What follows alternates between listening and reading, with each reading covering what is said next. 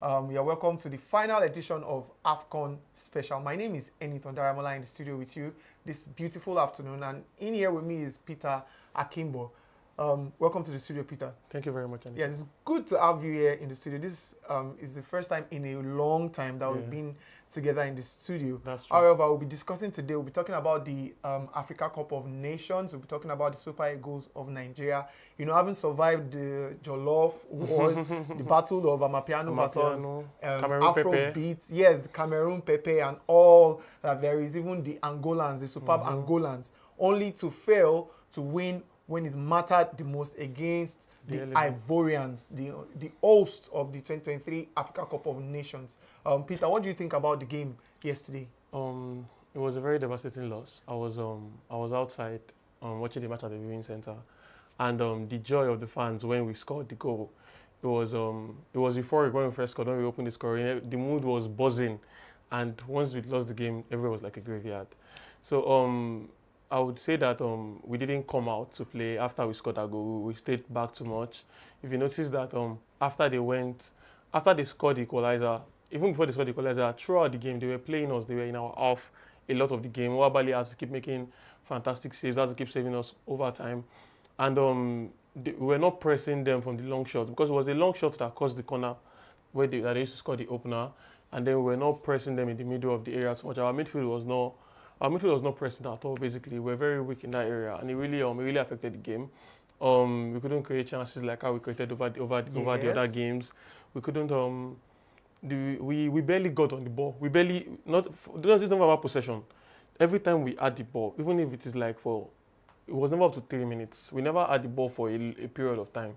They would always take the ball from us and we'll be chasing the game. We're chasing the game too much, and which led to our players getting tired too much, and which was why we could not even play in the later stages of the match. And I think that was what really contributed to our loss. I don't understand why I started Chukwueze over Simon, who has been tracking back. Chukwueze did not play really bad, but Simon always tracked back, and we didn't see Chukwueze for the entire first half. So, and Zaidu also had some defensive lapses. I don't want to blame particular players, but that game we didn't play as we played against Cameroon, as we played against Angola, as we played against Ivory Coast in the group stage. We didn't play.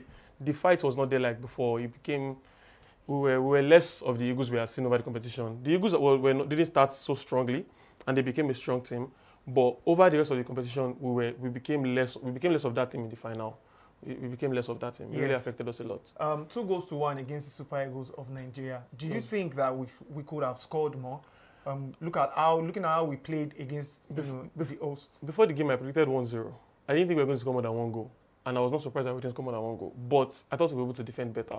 They didn't deserve the goal from the corner kick at all. We left Kessie unmarked. They didn't deserve it at all. It was very painful to see. Wabali was coming out to get the ball. He saw the ball going long far. He stepped back. He wanted to make that save. He saw everything happening, but the defenders were all motionless. And so Kessie was too free. That was a free down. If Wabali saved that ball, he would have done fantastically to save that goal. He really tried. He dived the right way, but it was already gone before he could even do anything to stop that. So I didn't expect us to concede 2 goals. I thought it's a final. We'll concede. It's a final. They have a very good story. They've been fighting all along the way. I didn't expect us to concede 2 goals. I thought it was going to be just 1 if we were going to concede. And I thought we could still actually score again. Look at the last 6 minutes of the game. Why did we play well in the last 6 minutes of the game? Why didn't he make those subs earlier when you were 1-0 up, or when you were even 1-1, when you know that these people were pressing us and charging us for the ball? Another thing that really affected us was the fact that they had 12 players on the pitch. The referee was, I'm not going to say that some decisions didn't go for us, but every single fall that they fell was a foul. And some of them were not fouls. Look at the chance that the ball that made Pesero go and get the yellow card.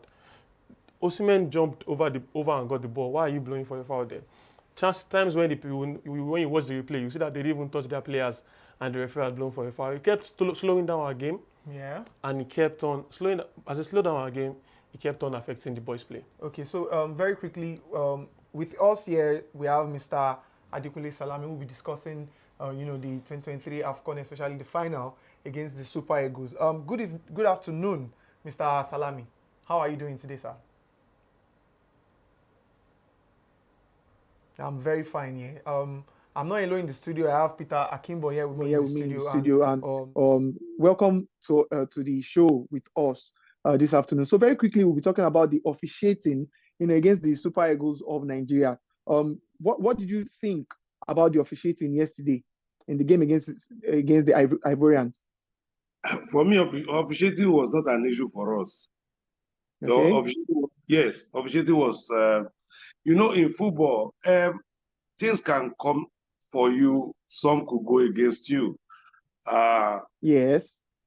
Let's look at the lineup, but let me first correct an impression. Your opening remarks saying that our last match, that the team failed. It was not a failure. That was a competition of 24 teams, and we came number 2 out of 24. Yes.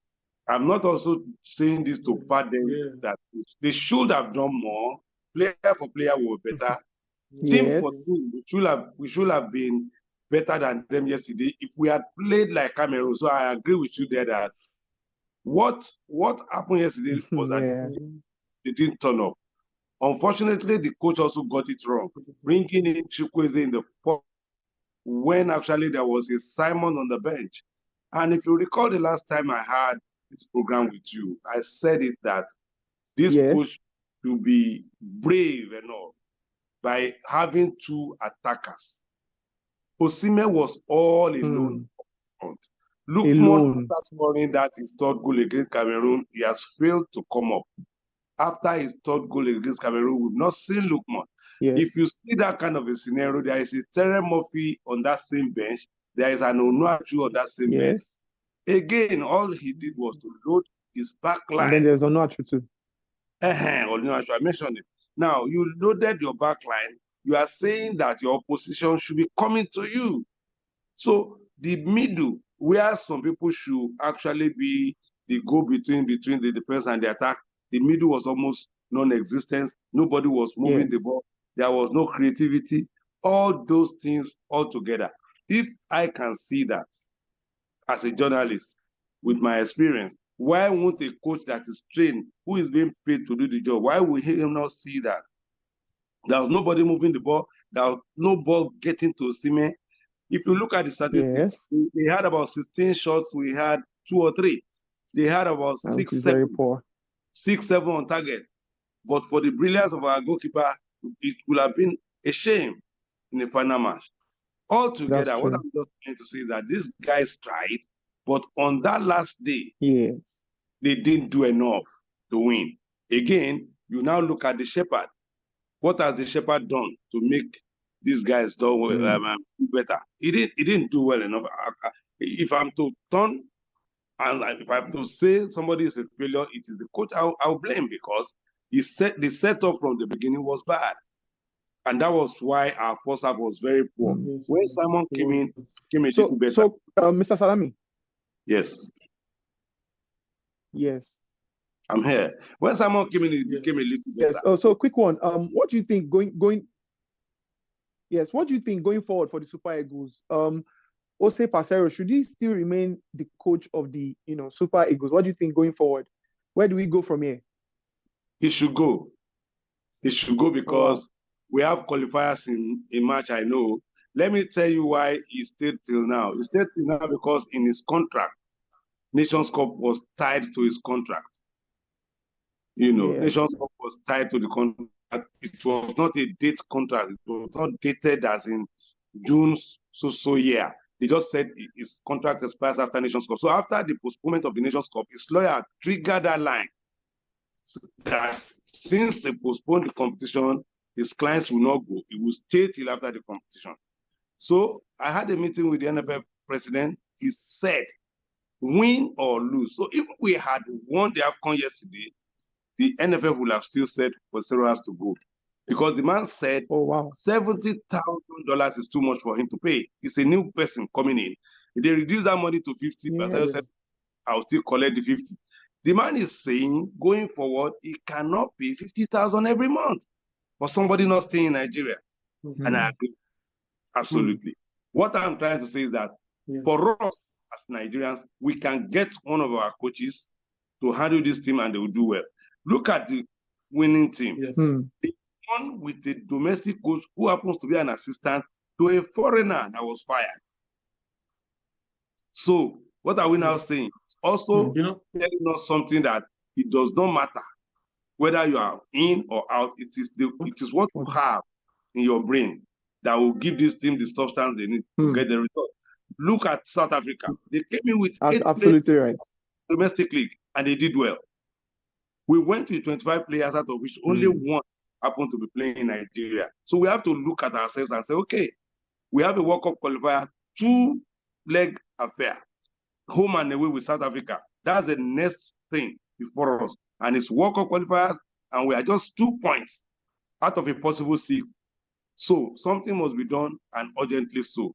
It is not a sorry situation for the Eagles. In fact, they perform beyond my own expectation, and I believe going forward, this team can still do better with a better coach who knows our domestic league, who can think about both the domestic and foreign to get a strong team. Somebody was saying yesterday that in that midfield, if you have some domestic guys who can run, who are tough, they will match their opponents, or they will have matched them.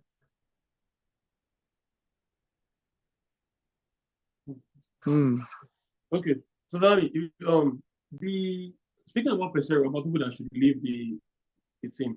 Speaking about Pesero being changed for a different coach, what do you think about some players in that team? Would you think that they need to be moved on? Because the young core of that team, Basi, Onyeka, Osimhen, the young core of that team seems to be fighting for their place on the squad. Who are the other players on that team that you think that they should also be moved on and replaced, either with our home-based players, or if we should do some more scouting and pick some more options out there? Musa should excuse the team. Ekong, with what he has done in this competition, should be a substantive captain. Then there should be injection of 1 or 2 key players, especially for the middle. We need creativity. Those who can spray passes, those who can mark, those who can win balls, those who can spray passes, so that the people at the attack will get the balls, so that defenders will not be too much on us. Those 2 things, that's what we have to do. We have to do that. Osimhen can score, but he needs a partner. We cannot expect him to be scoring and he will be going back to will be the one to cover. But before he gets to the front line, he is tired. He actually overworks himself in this competition. I pity the poor guy. Agreed. He did best in all the matches, and the result didn't show because he scored only 1 goal. The 2 other goals he scores were disallowed, and it's not good for his reputation as the number 1 player on the continent. The system that this coach is, the system does not suit him at all. And the people you have on the flanks, they are not pulling the ball to the middle for him to score. Those who are on the flanks, Lukman and Chukwueze or Lukman and Simon, also see themselves as striker or potential scorers.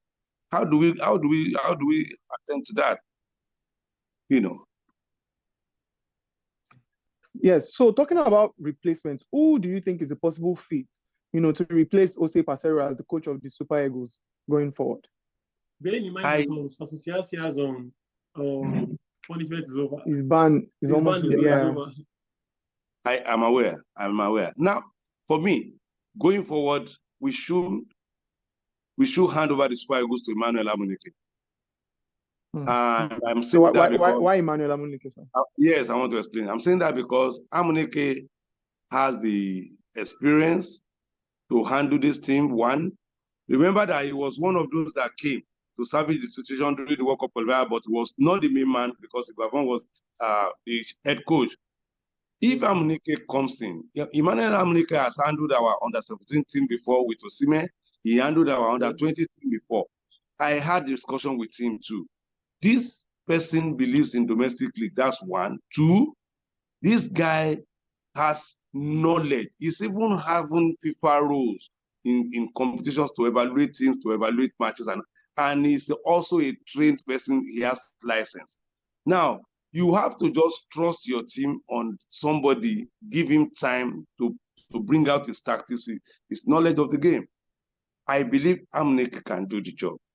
There are some other coaches in the domestic league who could be brought in, but once you get Amunike, tell him to pick his assistant. The same way we normally tell the white people to pick their assistant. I believe honestly that Amuneke has the knowledge to take Super Eagles to the next level.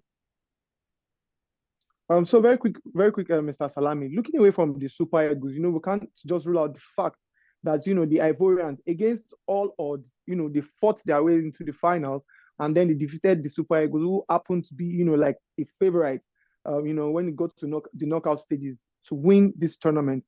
What would you say about the Ivorians and how they fought, to win this tournament? What's your take on that? But patriotism, determination. Those were the two words. Patriotism, determination. These guys love their country so much. I'm not saying Eagles and they do not love their country. But yeah, that's true. That's true. Them. When you see them, you will know. Now, after that, as a full-time coach. Oh, Mr. Salam is back.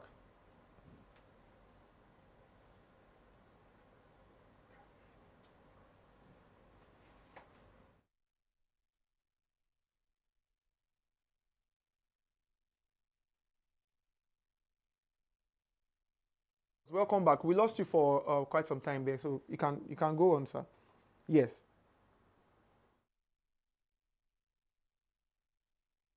And that they deserve it. The government spent money, the facilities are fantastic. The people love football.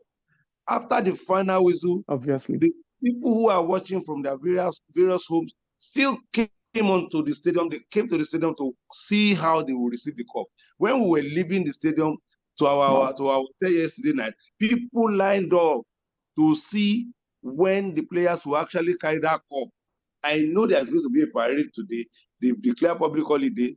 During the course of this interview, vuvuzela and noise were on the background because people are still going about the street, blowing vuvuzela, shouting and chanting.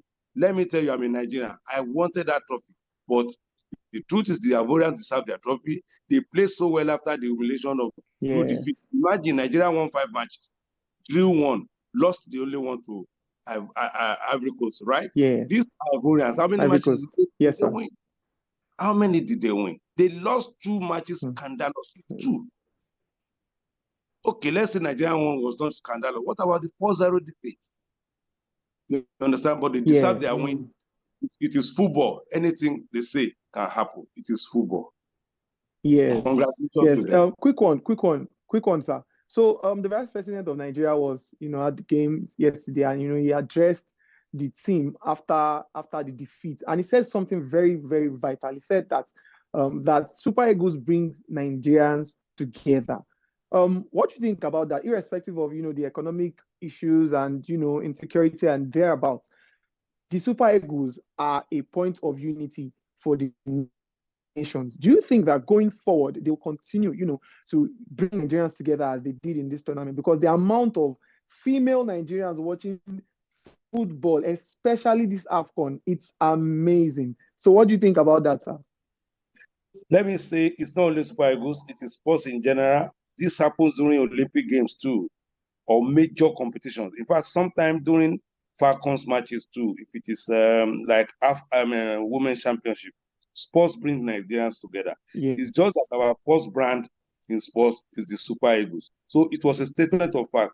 However, let them do more for the team in terms of welfare. We shouldn't be crying before they give the players money. We shouldn't be waiting for a president to release the money of outstanding bonus about 20 matches. All those things should not be happening. They should be motivated. There should be things of, things you will do to players to make them say, okay, I will fight and die for this country. I just told you of the Ivorians.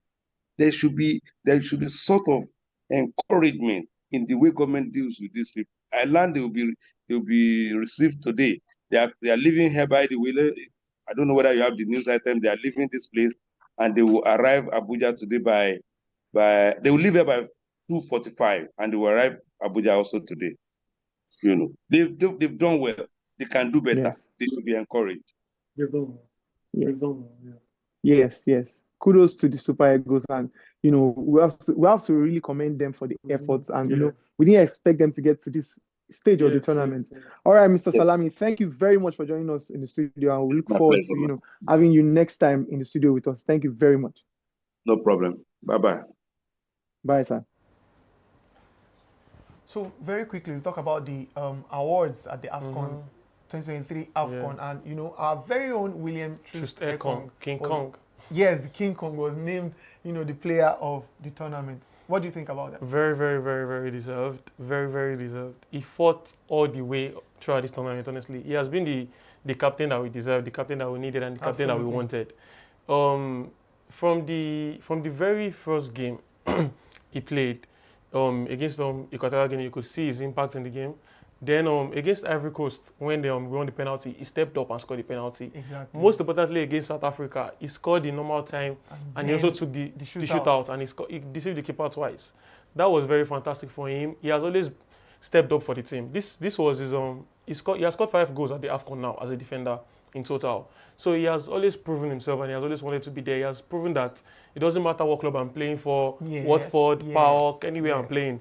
Is going to give his all for the Super Eagles. And I think that if we truly do get the system of play that would translate our defense into our attack better, we would really see these players shine. And if we can really work on our set pieces also, look at he had 2 headers. He could have scored a second goal later in the half, and then that one went over the bar. So he gets himself in these right positions defensively and also at set piece situations. So he really deserves to be the MVP. He really, really, really deserved to be the MVP. Before the final, it was between him and Lukman, whoever would shine in the final. And then there was a commentator saying Victor Osimhen. Osimhen too, I really think so, because he fought. Yes, he fought all the way. Every single game, I think he had like 4 goals disallowed. Two goals disallowed. Then he had scored 1 goal and an assist, and won all our penalties. So he had a hand in 4 of our 7 goals. Yes. So everything that he has done has been well for the team. So I felt like either of the 3 of them that would shine in that final would win the man of the tournament. And Ekong did, so very deserved. It's a very well deserved, award for him. And then talk about Emilio Nsue winning the Golden Boot after scoring 5 goals, I think, for Equatorial Guinea. Yeah, talk about that. And then there's also Ronwen Williams. That's a very big talk for debate. Williams award of the best goalkeeper ahead of our own Nwabali. What do you think? I think that before the after the semi-final, they both had 4 clean sheets. Yes. Because they both considered in the semi-final. That was they scored the penalty against our keepers. Nwabali did far better in the penalty shootout. Nwabali saved 2. But you have to talk so it was still 4 clean sheets. But then the 3rd place match and the final was played. Yes. Nwabali considered 2. Williams kept a clean sheet. Yes. So maybe that was their own judgment. Williams kept 5 clean sheets at this tournament. So maybe that was their judgment of giving it to him. So he had kept more clean sheets. But I think that Nwabali really deserved it. If there was a silver glove, Nwabali would have gotten it. And if we had won that tournament, I think Nwabali would have also gotten it. He would have also gone away with the Golden Glove if we won the tournament. I think so too. Yes. So quickly we'll move on to the games. Review of the games in Europe. In Europe, from the English Premier League to the Spanish La Liga, the French Ligue 1, and then the Italian Serie A. Let's start with the English Premier League.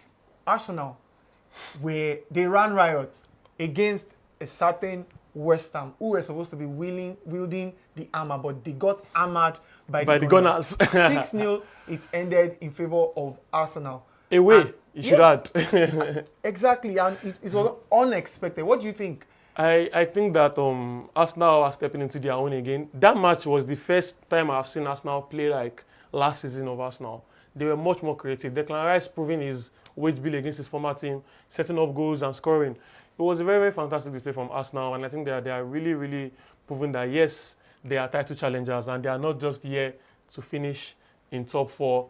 They are not just here to finish in top 4 for the Champions League spots. I like what I saw of Arsenal. It was fluid. Saka was magical, proving once more that he's one of the best young English wingers out there.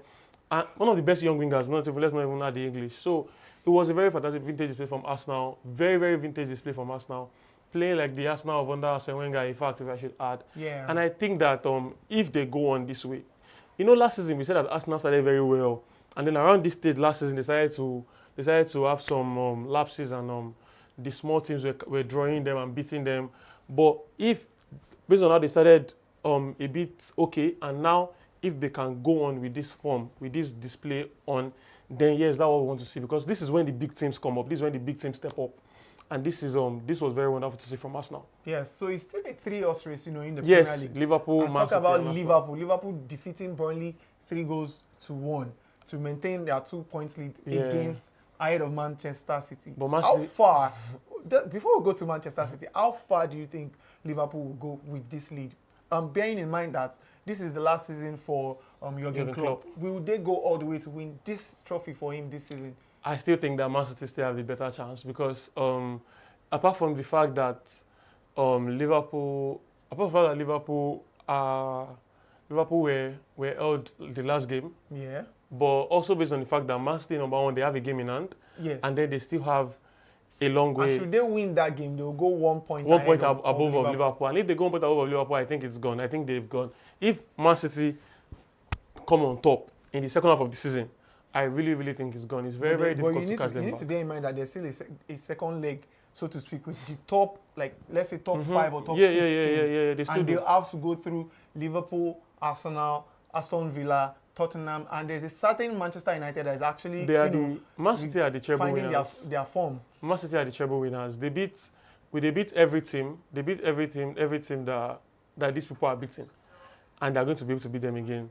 So I think that they are in a very, very good position to defend their title again.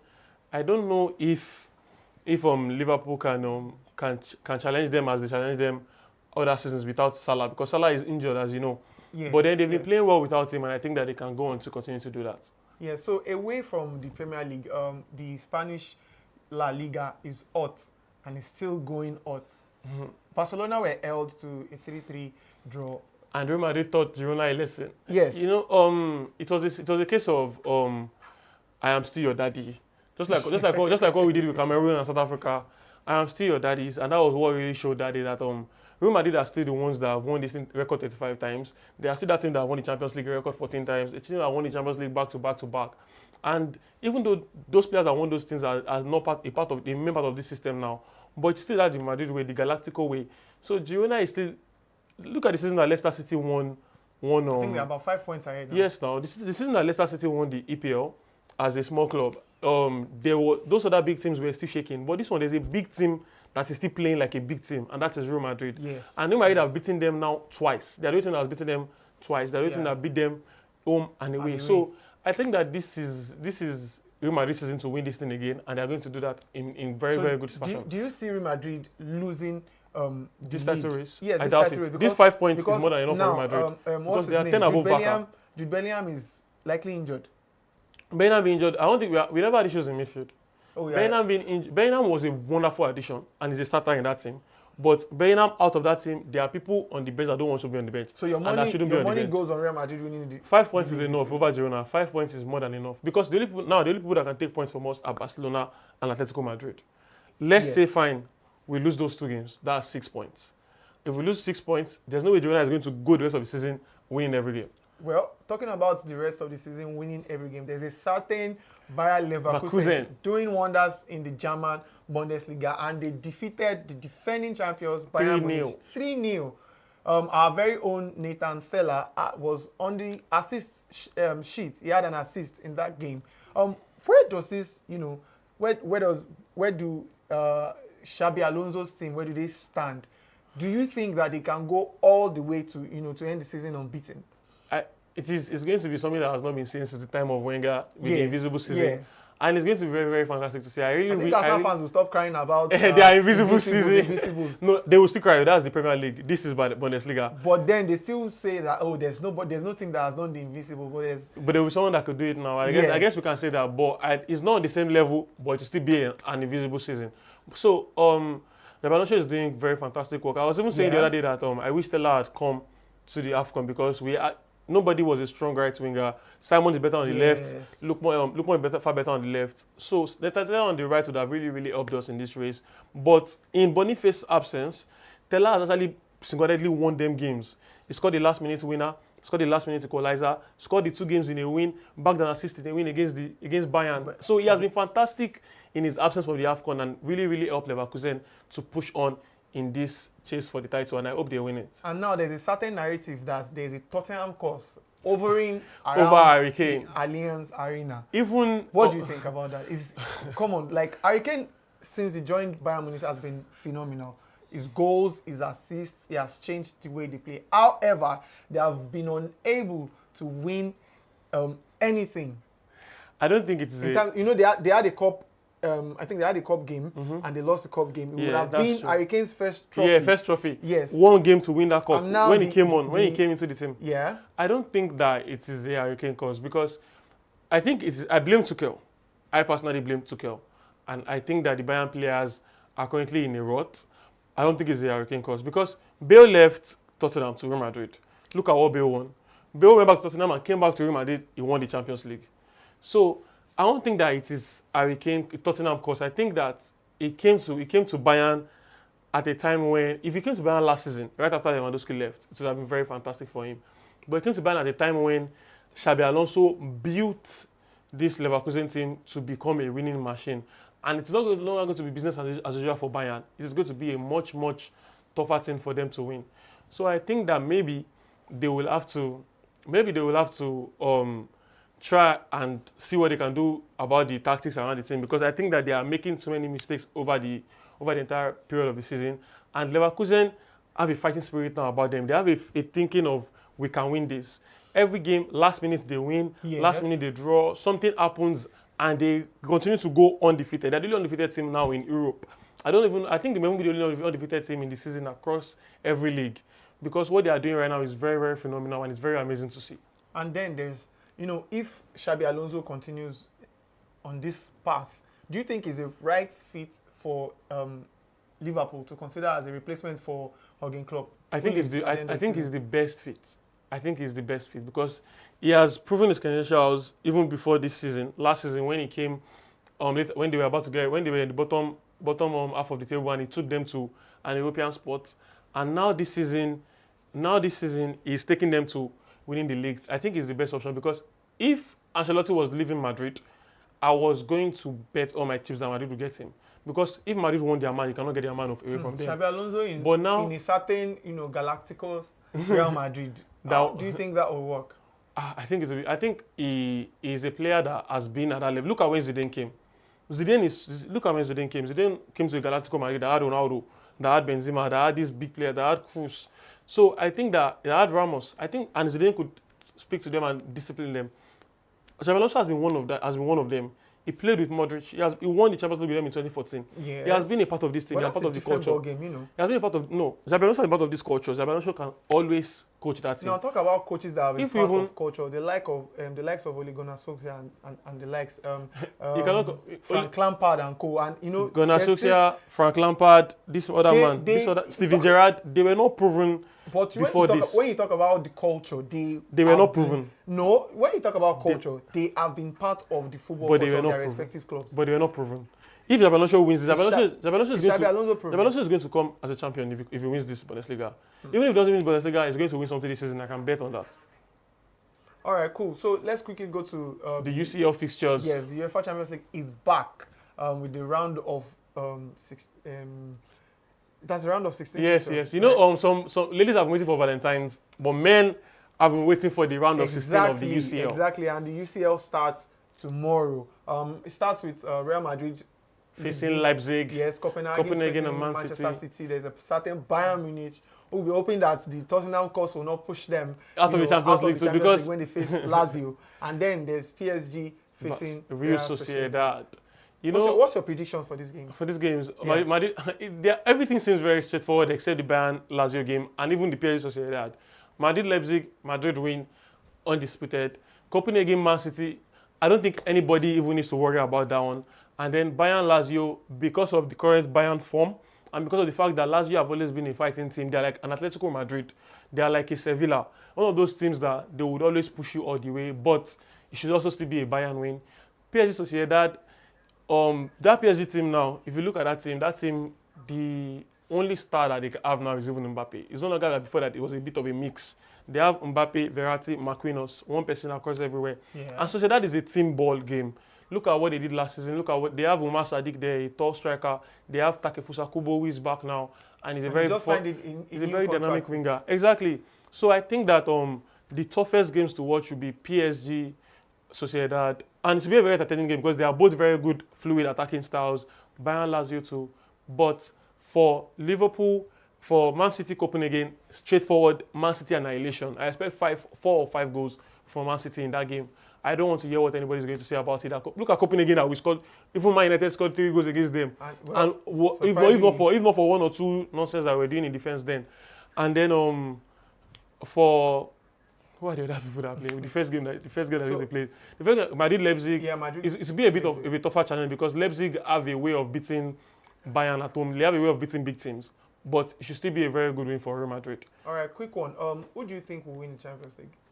In 2 seconds. I should pick one person. Yes. Real Madrid. Why Real Madrid? It is because Real Madrid. you're a Real Madrid fan. No, not even because I'm a Real Madrid fan, but because it is Real Madrid. Look at everything that we have to say about Real Madrid. It is Real Madrid. So this apart from all the good news that we had over the weekend and even the semi-bad news for Nigerians, there is sad news from for the African who is the current world record holder. Yes. His name is Kelvin Kiptum, Yeah. the world marathon record holder. He's 24 years old and he lost his life in a car accident last night. Very sad. So it was yesterday actually. I don't know if it's last night, but it was yesterday. Yeah. So it was it's a very sad thing when we lose athletes at such a young age to things like this. And our thoughts are with the families of and him the entire, the people of Kenya. the people of Kenya. Condolences from us. But this is just to say that look at the current world record holder for marathon is an African Kenyan. Record holder for Odus, Toby Amuson. It shows that Africa is really out there in sports, and we hope that we continue to see us succeeding at this big stage. Yes, we hope that we'll continue to, succeed on the big stage, and that's where we'll call it a wrap on this final edition of the AFCON special for this show. Quick one, what do you have for Nigerians before we leave? I think that we can trust this team. This team is a building team. It has a very strong core, and we are really fighting hard. And maybe it was the AFCON atmosphere that made us fight this hard, but I really hope that we keep this fighting spirit. And that if we do, I think that what Morocco did at the World Cup, we can achieve that. I won't be able to say, I can't really say that we can surpass it, but I hope so. But I think that this team can achieve what Morocco did at the World Cup if we keep going on this way. Because we really have a very strong core, and I hope that we can really maximize all our strengths because we have strength, a very, very good strength in Osimhen, and we should really, really use him well as long as we have him. We had the era of Rashidi Yekini, the era of Umar Kokanu, the era of JJ Okocha, the era of Obafemi Martins, and so on of great strikers. Yes. We must not waste Osimhen. He's our African Player of the Year, and we should really make sure that we take this time well and we enjoy this era. Yes. And then the Vice President said something, yesterday. He said that we should pick up from where we ended this tournament, Yes. and then put more efforts to bring home the trophy when it comes to the next tournament. Yes, and in so that Morocco. note, we'll say thank you very much for joining us. See you same time, same dial next week, and we'll come back with the sports show. Thank you so much. Enjoy your day. Bye bye.